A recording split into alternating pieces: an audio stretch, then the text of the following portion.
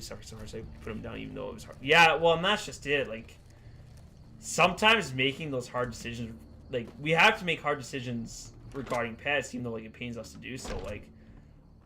Like for you putting your dog down, absolutely it was a hard decision for you, and I'm sure it's not something you wanted to do, but you did it because you loved your dog and you thought it was the best thing for your dog. Like, and similarly, we gave our dogs up for adoption just because, like, we thought, like, that's what would be best for them, and that's just it about love. Like, sometimes love just means letting go. Like, in the case of your dog, like, yes, you could have hung on to your dog longer, but you realized that your dog was in pain, so you figured that the best thing to do there was just to put your dog down, and like, you did it out of love. And I think that's, and that's tough. And I know I've just said this, but that's sometimes part of love, is like knowing when to let go. So no, that's, I can definitely relate. This is a very, very emotional stream right now. I'm quite enjoying it.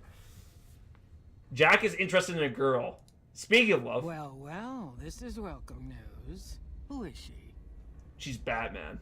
She works for the Christmas Caravan. She's with those traders?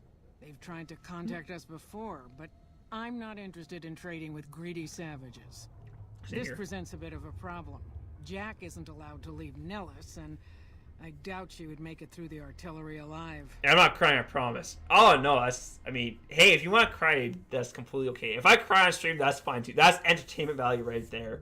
And that's the thing about life. Like, we've all gone through hardships, but, and, again, like, everything's relative. Like, so for me, like, worst thing I've had to experience is that I've lost a stepbrother to drug abuse, and, like, that was tough. But then I think everyone's gone through hardships. Like, I talk about, like, oh yeah, I'd give my dogs for adoption, but then here you are saying that you had to put down your dog. Like, again, I think that's really, emotional experience. But then your parents had to leave the country due to a war. Like, that, for me, in my mind, like, that's much more serious than, like, anything I've gone through. And that's why I think it's important, I feel, not to feel entitlement over, like, what's happened to you, because I think, in a way, we as humans, like, we're all struggling. Like, we all have our hardships that we need to go through. So I think that's why sympathy and understanding can really be important, because it helps us, like, understand that, yes, like, bad things happen to people, and, like, that's just part of life. And I think to be understanding of that can be very helpful sometimes.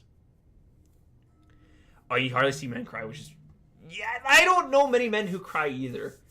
I'd mean a lot to Jack if she could visit someone else. I suppose Jack deserves a chance at love. You can tell Jack she has a free pass. Yeah, I don't know enter, many... But he is responsible for her actions. I've known women to cry more often than men. Outsider. And I mean, I've definitely cried before. I would be lying to you if I said I never cried. I'm still trying to figure out who to help and how.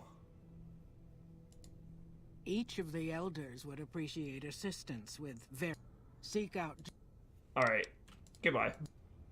And I think everyone's different too. Like, I've seen, well, not just it, like, I've seen some very, I think one reason why we don't see a lot of men crying, or like it, or why it's less common, is because I think people view crying as a sign of weakness. Like, men in particular, I think that crying is weakness, but I don't think that's true. Like, crying, I think, is just an emotional outlet, and like, it's natural. Like, I don't think there's anything wrong with crying. Whereas I think just in society, people, it's like, oh, if you cry, like, you're sensitive, and that's like typically reserved for just like women, which, like, I don't agree with that. Like, we're all humans, right? Like let's just be humans. Evening. And everyone's different. Like, I guess for reference, I don't know, maybe I should talk about this. I'm gonna count. Basically, I've just seen some women put in some really tough situations and they keep it together, right? And then some guys get put in not very tough situations and they fall apart. Her? So it's all relative. The redhead of my dreams? Good news, she feels the same way. She does? You mean it? That's incredible. What happens next? Can she come here? How do we make sure she doesn't get blown up? Should I talk to the gunners or to Pearl? I just want to curl, but Johnny's way past the artillery. Here, take this boomer outfit. I'll let the gunners know she's coming, and not to shoot at her. Alright, let's go back to Janet. I feel like most people want to cry, but they just bottle it up and they don't want to seem weak, but I think that's really unhealthy. If a guy wants to talk to me and cry, like, heck yeah. Yeah, no, like... So I will say, too, like, me being a man... Well, this might not necessarily be the case of me just being a man. Anyways, the point being, I know for me personally, I am guilty of balling up my emotions. That sometimes I feel something and I don't let anyone know about it. And I've had friends who've had similar issues where like they'll feel something but they don't tell anyone about it. And that's one thing that like I've been trying to work on is like I try to be more expressive with my emotions. So if I'm feeling some, excuse me, do I have to go in this house? I think the answer is yes. If I feel something, then I want to make sure I do my best to like talk about it because I think that's very therapeutic. Like if you're having a problem, I think it can really benefit you to like not bottle it up. Yes, we're gonna talk to you. Hello again. And sometimes, like for me, the reason why I don't always, speak my mind if I'm having like emotional problems is because I don't want to. I feel bad because I feel like I'm burdening or putting a burden on someone else. Like I'm making my problems their problems, like which feels bad. Whereas I think sometimes. I was hoping you would. What's going on?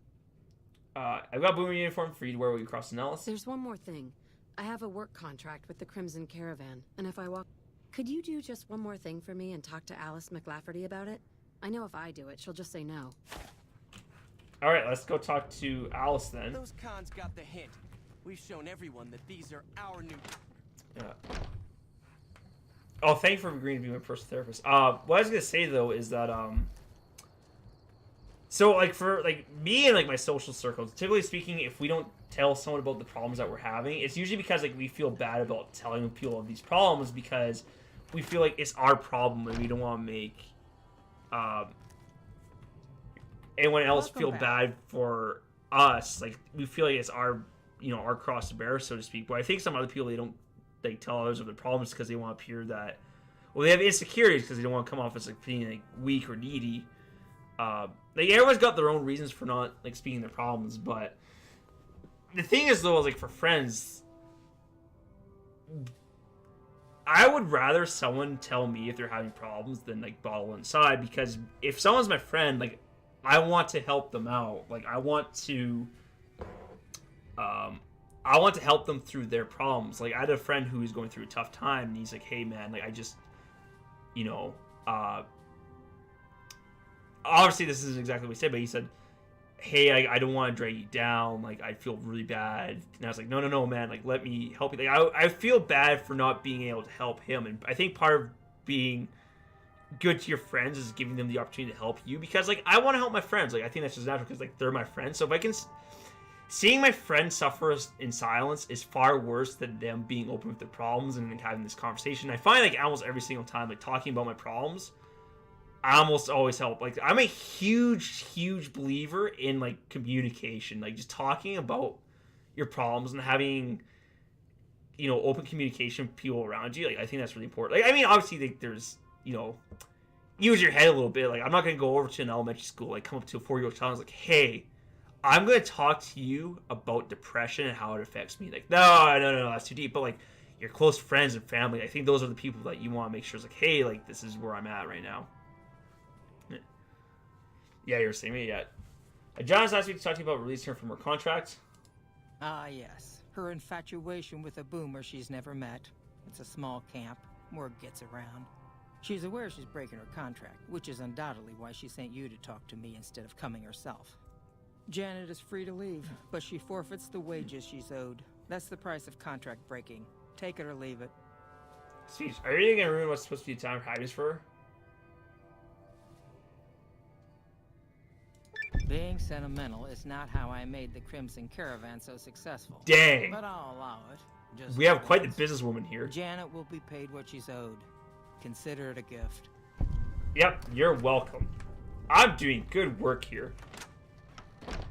I'm secretly hoping this old lady has cake. She makes the best treats.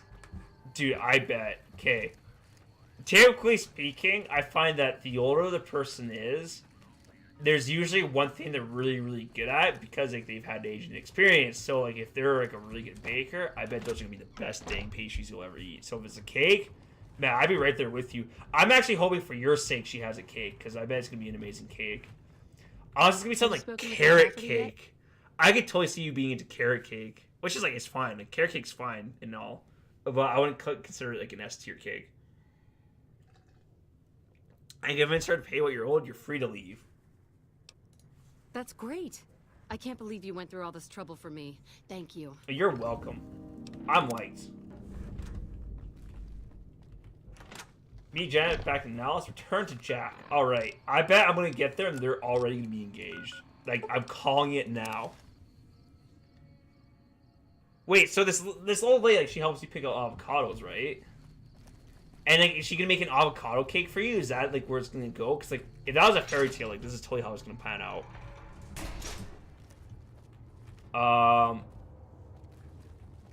Hello. Yes, we're gonna talk to you. Hello, good sir. Whatever you... Hi. I can't believe I'm going to meet my red-headed lady soon. I'm really nervous about it. Oh, boy. Do you think ways I can help out? Like I said. Oh. See you later. Okay, so do we actually just beat her to, I think we just beat her here. She takes her time to get here. Let's wait for another couple hours. I don't remember what carrot cake tastes like. I remember in kindergarten my mom brought it to school on my birthday. So trees had to be helped, so she brought carrot cake. Hi there. It's great to meet you as well. Oh. I'm glad you made it out here. You're even more stunning up close than you were at a distance. And you're even more handsome up close. Do you think it'll be okay if I hang around here for a little while, so we can get to know each other better? Of course it would. I'll have you set up with some quarters with some of the other women. McLafferty's a hard boss, but she knows what she's doing. That's Great. So what happens now? Thank you for getting Janet to Nellis. I've never been so happy in my entire life. You're welcome. Goodbye. Don't get blowing up. Young Hearts. Quest completed. Alright, good job, us. Pat on the back. Yeah, that was, I had fun watching that. 10 out of 10 would watch again. Yeah, I don't really remember what carrot cake tastes like either. I can't say I've had carrot cake in recent memory. I should try baking a cake one time. That'd be fun. That's scary though. I'm still in the cookie camp. Like I'm probably gonna bake cookies after the stream, but I haven't graduated from cookies yet. Whereas you, master bakers, been like, yes, I have baked filet mignon. I was like, how'd you bake filet mignon? That's really cool that you baked a steak, but far beyond my capabilities.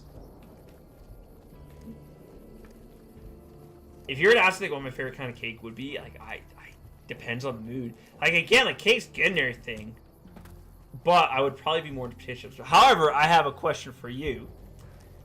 Where am I going? I'm thinking I'm going to the first 8 tens. Do you rather? Okay, let me rephrase the question. English is tough. Pie or cake? What do you prefer? Cakes or pie? I'd help you out with recipes, but I'd have to read it in English. Oh, don't worry about it. We live in a glorious age where it's easy to get information from the internet. Though that being said, if you ever want to share recipes, I'm more than happy to take them off your hands. There is nothing to be lost by sharing information. Cake, duh? Really? Oh my goodness! This is where we're gonna like violently disagree, and then like we're just gonna have like hurt feelings. That's amazing. Cause hear me out. Hear me out. I think for me, I prefer pies. So I think pies are consistently pies are more consistent, I think more enjoyable, whereas cakes have much more variance as to what the quality might be. Where am I even going, man? I'm gonna sleep for a bit. Yeah, no, I think long story short, like I think I'm more of a pie person. Like, though a really good cake's amazing. Like a phenomenal cake's amazing, but it's hard to find those phenomenal cakes. Except of course it's chocolate cake with chocolate frosting, because that's just whoa. Okay, well I mean this makes sense given how you said like you're not too big on chocolate. Is that the first 8 tenths? Dude, I'm lost, man. And we can't open these doors. Okay. Chocolate cake with chocolate frosting you're not into. I would definitely eat that. If someone gave me a slice of chocolate cake with chocolate frosting, I would eat it. 100%. And again, I'm not trying to shame you. I never want to be that guy who's like, you have a different belief than I do. Shame. No. That's not who I'm trying to be. I'm blown. I have never heard someone be like, nope,